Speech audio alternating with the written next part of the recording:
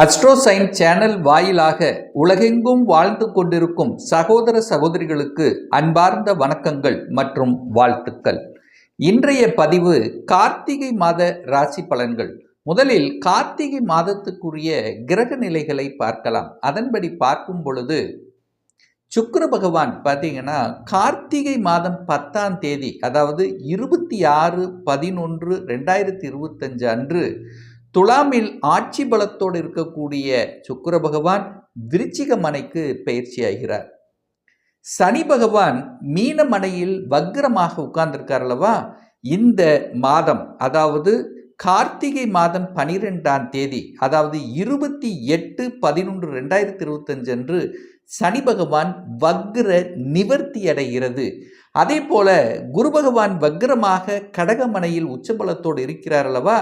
அந்த குரு பகவான் கார்த்திகை மாதம் 19ஆம் தேதி, அதாவது 5/12/2025 அன்று குரு பகவான் மிதுனத்துக்கு பெயர்ச்சியாகி அங்க வக்ர நிலையில் இருக்க போகிறார்.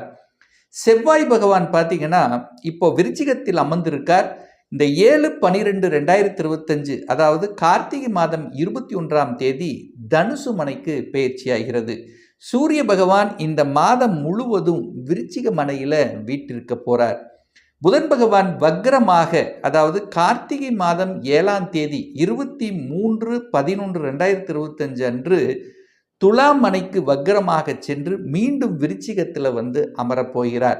ஸோ இந்த கிரக அமைப்புகளை வைத்துக்கொண்டு இந்த கார்த்திகை மாதத்தில் என்ன மாதிரியான பலன்கள், எதை செய்யலாம், எதை செய்யக்கூடாது, என்ன மாதிரியான தெய்வ வழிபாடு முக்கியம் என்பதை பற்றி 12 ராசிகளுக்கும் தனித்தனியே பதிவிடப் போகிறேன்.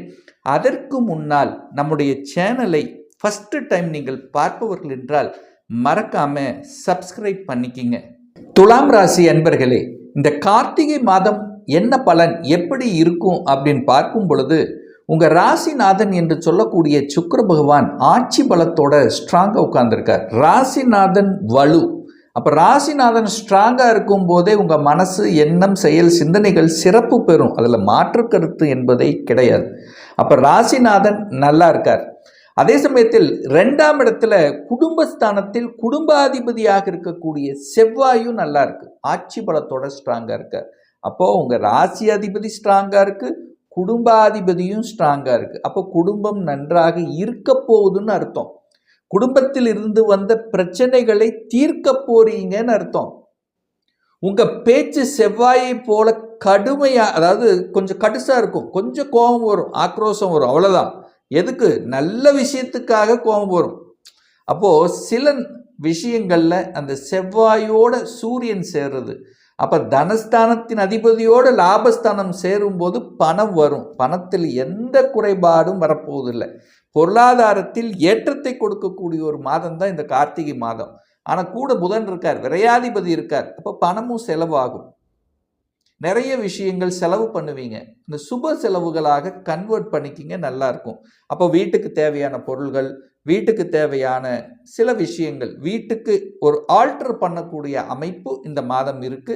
அதற்கு நீங்கள் செலவு செய்து கொள்ளலாம். சரி, இந்த தைரிய வீரியத்துக்கு காரக கிரகமாக இருக்கக்கூடியவர் அந்த செவ்வாய், தைரிய வீரியம், அவர் ஆட்சி பலத்தோட ஸ்ட்ராங்கா இருக்காரு. 3ஆம் அதிபதியாக இருக்கக்கூடிய குரு பகவான் உச்ச பலத்தோட வலிமையா இருக்கார். அப்போ 3ஆம் அதிபதி ஸ்ட்ராங்கா இருக்கு, தைரிய வீரியம் சூப்பரா இருக்க போகுது. சகோதர உணர்வுகள் நிச்சயமாக உங்களுக்கு ஏற்படுத்தும். சகோதரர்களால் உங்களுக்கும் அவர்களால் உங்களுக்கும் நல்லவைகள் நடக்கக்கூடிய ஒரு மாதம் இந்த கார்த்திகை மாதம். என செவ்வாய் வலிமை பெறுகிறது. சரி, வியாபாரம் சூப்பரா இருக்க போகுது. 3ஆம் இடம் வியாபார நுணுக்கங்களை கொடுக்கக்கூடிய, வியாபாரத்துக்குள்ள இருக்கக்கூடிய தகவல் தொடர்பு துறை, கம்யூனிகேஷனை கொடுக்கக்கூடிய அமைப்பு இந்த மாதம் வலிமையாக இருக்கிறது, ஸ்ட்ராங்கா இருக்கு. கம்யூனிகேஷன் நிறைய வரும் உங்களுக்கு. தகவல் தொடர்பு துறையினால் அனுகூலம், ஆதாயம் பெறக்கூடிய ஒரு மாதம் இந்த கார்த்திகை மாதம் அப்படின்னு சொல்லிடலாம்.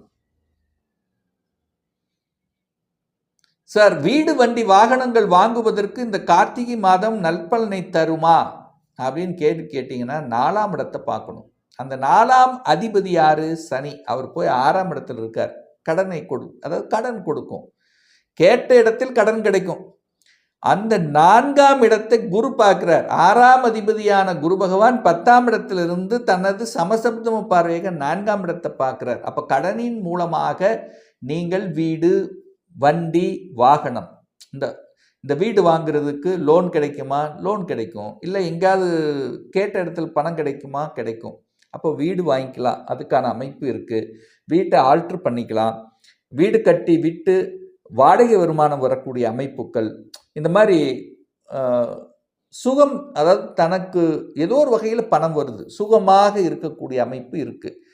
வாகனத்தை மாற்றக்கூடிய அமைப்பு நல்லா இருக்குது. ஏன்னா வாகன காரக கிரகம் ஆட்சி பலம் இந்த மாதம். காரக கிரகமான சுக்கிரன் வலிமையாக இருக்குது.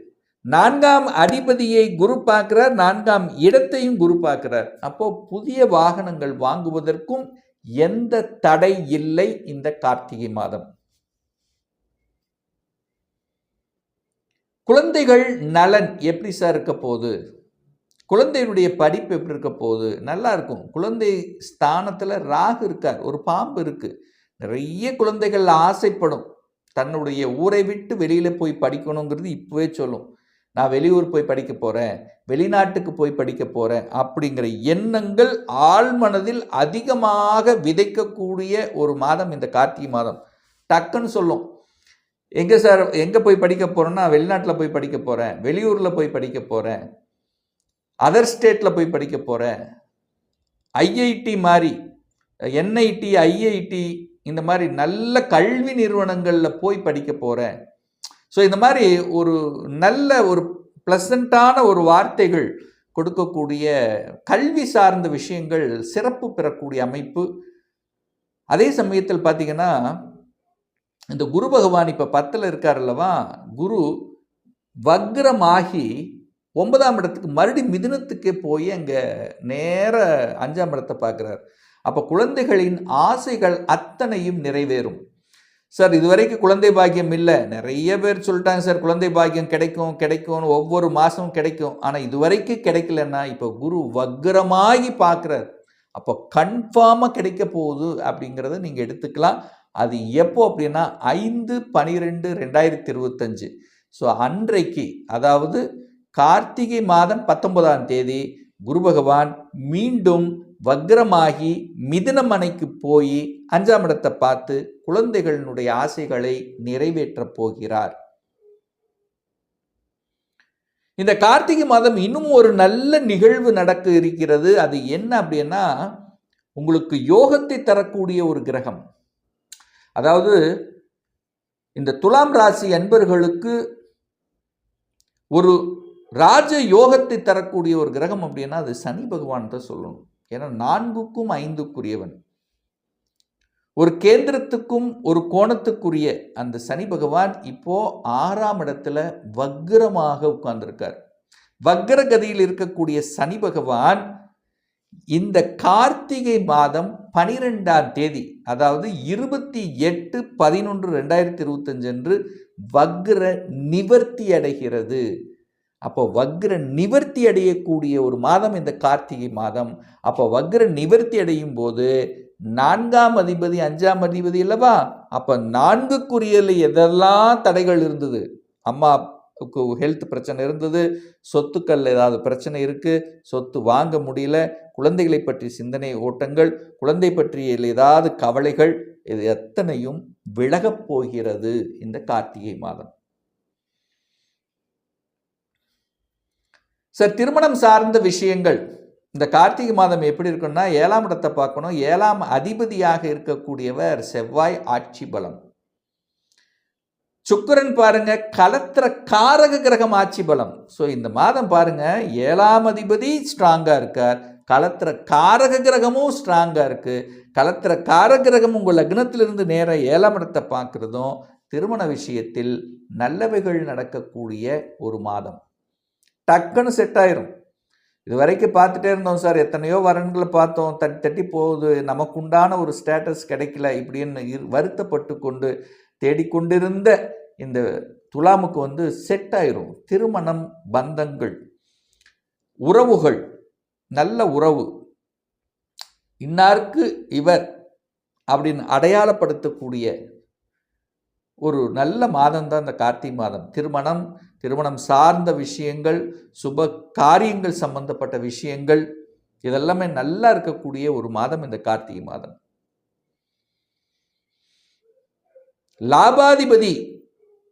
லாபாதிபதியாக இருக்கக்கூடிய சூரிய பகவான் 2ஆம் இடத்தில் உட்கார்ந்திருக்கார், தனஸ்தானத்தில் அமர்ந்திருக்கார். லாபாதிபதி தனஸ்தானத்தில் இருக்கிறது சிறப்பு. அப்போ பொருளாதாரத்துக்கு எந்த குறையில்லை, மாற்றம் உண்டு. வேலை இல்லாதவர்களுக்கு வேலை கிடைச்சிடும். சார், நான் நிறைய இடத்துல அப்ளை பண்ணி வச்சிருக்கிறேன், 1 மாதம் ஆச்சு, எனக்கு நல்ல வேலை அமையல. இந்த மாதம் அமைய இருக்கிறது. தொழில் காரக கிரகமான சனி பகவான் வக்ர நிவர்த்தி அடைகின்ற காரணத்தாலும் 10ஆம் இடத்தில் குரு பகவான், அந்த 10ஆம் இடத்துல குரு ஒரு சேஞ்சஸ் கொடுக்கும். லாபாதிபதி தனஸ்தானத்தில் இருக்கிறதுனாலையும், லக்னாதிபதி ஸ்ட்ராங்காக இருக்கிறதுனாலையும், 2ஆம் அதிபதி வலுவாக இருக்கிறதுனால உங்கள் குடும்பத்துக்கு நீங்கள் ஒரு பணம் கொண்டு செல்லணும், குடும்பத்துக்கு பணம் வேண்டும் என்கின்ற அடிப்படையில் வேலை நிச்சயமாக அமைந்துவிடும்.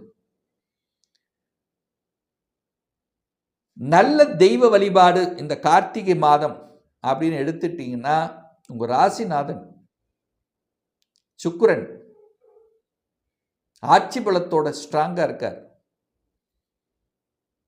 இந்த துலாம் அன்பர்களுக்கு வழிபடக்கூடிய தெய்வம் அப்படின்னா அம்மன் தான். அம்மன் தெய்வம் உங்க குல தெய்வம். இந்த 2ஐயும் கெட்டிய நீங்க பிடிச்சிட்டாலே போதும். உங்க மனசு, எண்ணம், செயல், சிந்தனைகள் நல்ல எண்ணத்தை கொடுக்கும், நல்ல சிந்தனை வளத்தை கொடுக்கும், மன சாட்டிஸ்ஃபேக்ஷனை கொடுக்கும். அப்படிங்கிறதுல எந்தவித மாற்று கருத்தும் கிடையாது. இன்னும் ஒரு துல்லிய பலன் வேணும். உங்க ஜாதகத்தில் கிரகங்கள் எப்படி இருக்கு, என்ன ஆதிபத்தியம் பெற்றிருக்கு, என்ன டிகிரியில் அமர்ந்திருக்கு, நடப்பு தசாநாதன், புத்திநாதன், அந்தர்நாதன், சூட்சமநாதன் என்ன என்பதை பார்த்து கொண்டு இந்த 2025 சொந்த தொழில் செய்வதற்கான கொடுப்பினை இருக்கா, அப்படி இருக்கக்கூடிய பட்சத்தில் எப்ப நம்ம சொந்த தொழில் ஆரம்பிக்கலாம், திருமணம் தடைப்பட்டு கொண்டே இருக்கிறது, எப்பதான் நமக்கு திருமணம் நடக்கும், +2 முடித்து விட்டு எந்த கோர்ஸ் எடுத்து படித்தால் நம்மளுடைய ஃபியூச்சர் சிறப்பாக இருக்கும், எப்போ எனக்கு ப்ரமோஷன் இடமாற்றம் கிடைக்கும், எப்போ நான் வீடு கட்டுவேன், எப்போ குழந்தை பாக்கியம் கிடைக்கும், இது போன்ற கேள்விகளுக்கு துல்லியமான பதிலை நம்மால் கூற முடியும். ஒரு பர்சனல் கன்சல்டேஷன் எடுத்துக்கணும், ஒரு சுய ஜாதகம் பார்க்கணும் என்று விருப்பப்படக்கூடிய அன்பர்கள் டிஸ்பிளே தெரியக்கூடிய நம்பருக்கு வாட்ஸ்அப் மூலியமாகவோ ஃபோன் கால் மூலியமாகவோ தொடர்பு கொண்டு நேரடியாகவோ அல்லது ஆன்லைன் மூலியமாகவோ கன்சல்டேஷன் எடுத்துக்கலாம். நம்மளுடைய அலுவலகம் கோயம்புத்தூரில் அமைந்துள்ளது. அதாவது கோயம்புத்தூரிலிருந்து மேட்டுப்பாளையம் செல்லும் வழியில் வெள்ளக்கிணர் பிரிவுக்கு அருகில் அன்னபூர்ண ஹோட்டலுக்கு பக்கத்தில் அமைந்துள்ளது. பிரியர் அப்பாயின்மெண்ட் வாங்கிட்டு நேரடியாக கன்சல்டேஷன் எடுத்துக்கலாம். நிச்சயமாக இந்த பதிவு ஏதாவது ஒரு ரூபத்தில் உங்களுக்கு யூஸ்ஃபுல்லாக இருக்குங்கிறதுல எந்தவித மாற்று கருத்தும் கிடையாது. இந்த ராசி நட்சத்திர நேயர்கள் அனைவரும் வாழ்க வளர்க வளம் பெறுக என்று எனது வாழ்த்தினை தெரிவித்துக் கொண்டு விடைபெறுகிறேன். நன்றி, வணக்கம், வாழ்த்துக்கள்.